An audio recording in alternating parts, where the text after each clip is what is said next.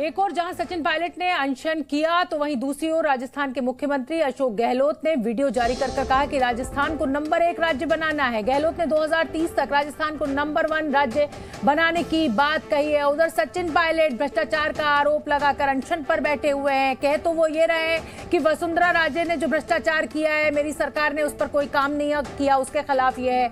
उधर अशोक गहलोत है, वो कह रहे हैं कि भाई 2030 तक हमें तो राजस्थान को नंबर 1 बनाना है। अशोक गहलोत ने वीडियो जारी किया है। तो ये जो सरपुटअव्वल है सचिन पायलट और अशोक गहलोत की, वो अब खुलकर सामने है।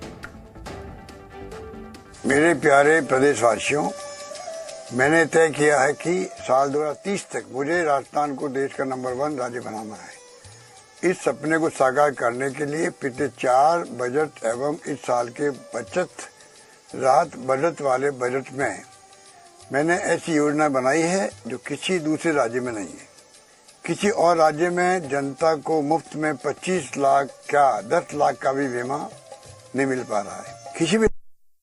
तो सचिन पायलट अनशन कर रहे हैं और उधर अशोक गहलोत कह रहे हैं कि भाई 2030 तक नंबर 1 राज्य बना देंगे। पायलट के बगावती तेवर पर कांग्रेस नेता सलमान खुर्शीद का भी कहना है कि जो भी बात हो घर में होनी चाहिए। वहीं दूसरी ओर छत्तीसगढ़ सरकार के मंत्री और कांग्रेस नेता टीएस सिंहदेव ने पायलट का समर्थन करते हुए कहा है कि उनका अनशन पार्टी के खिलाफ नहीं बल्कि वसुंधरा राजे के भ्रष्टाचार के खिलाफ है। टीएस सिंहदेव, मैं आपको बता दूं, छत्तीसगढ़ में भूपेश बघेल और टीएस सिंहदेव आपस में आमने सामने। मध्य प्रदेश की पूरी कहानी आप जानते ही, और राजस्थान में सचिन पायलट और अशोक गहलोत आमने सामने।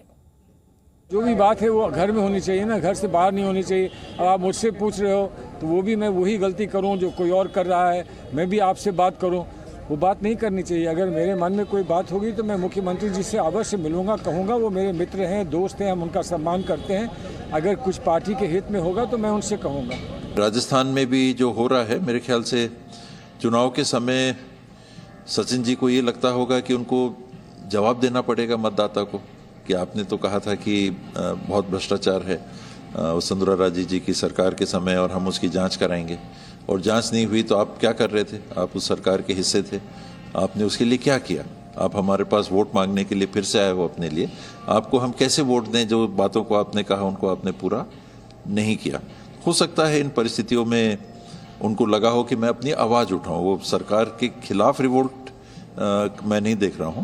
वसुंधरा राजे जी के खिलाफ जांच होनी चाहिए, इसके लिए उस बात को वो उठा रहे हैं।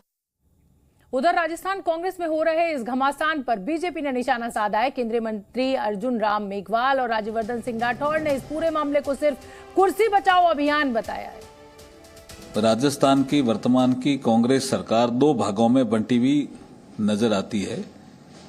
एक खेमे का नेतृत्व अशोक गहलोत जी कर रहे हैं और दूसरे खेमे का नेतृत्व सचिन पायलट जी कर रहे हैं। और अगर आप पहली इनकी प्रेस कॉन्फ्रेंस देखेंगे जिसमें मुख्यमंत्री कौन होगा इसको लेकर के विवाद हुआ था, उस समय भी ये विषय जब आया तो इन्होंने कहा कि बीजेपी वाले पूछ रहे हैं कि कांग्रेस जीत तो गई है लेकिन मुख्यमंत्री तय नहीं हो रहा इनसे। तो आज कांग्रेस हाईकमांड ने हमें 2 मुख्यमंत्री दे दिए राजस्थान को।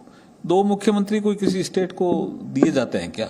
तब से ही झगड़ा है इनका। गहलोत साहब ने, राजस्थान की कांग्रेस सरकार ने, इनके अनेकों मंत्रियों ने जो घोटाले करे हैं, उन घोटालों के बारे में तो एक भी शब्द कहीं नहीं कहा जा रहा और खुली छूट दी जा रही है सिर्फ कुर्सी बचाओ अभियान आंदोलन को लेकर।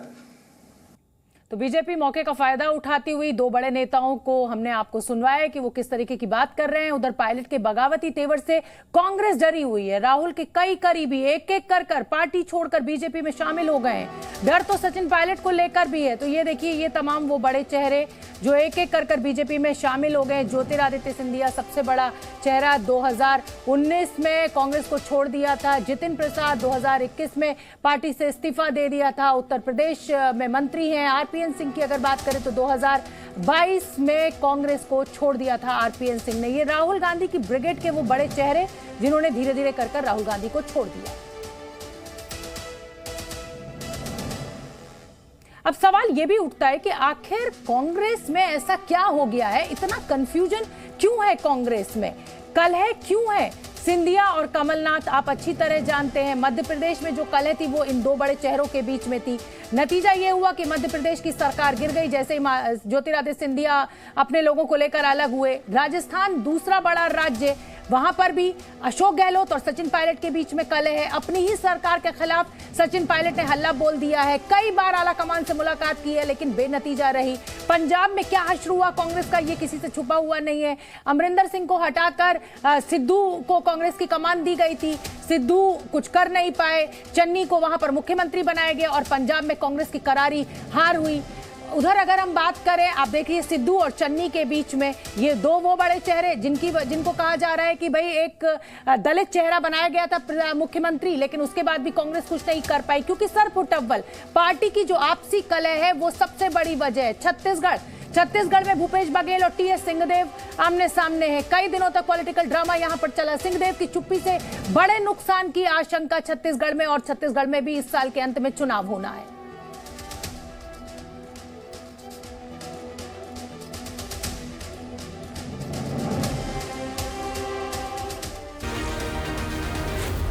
Zee News.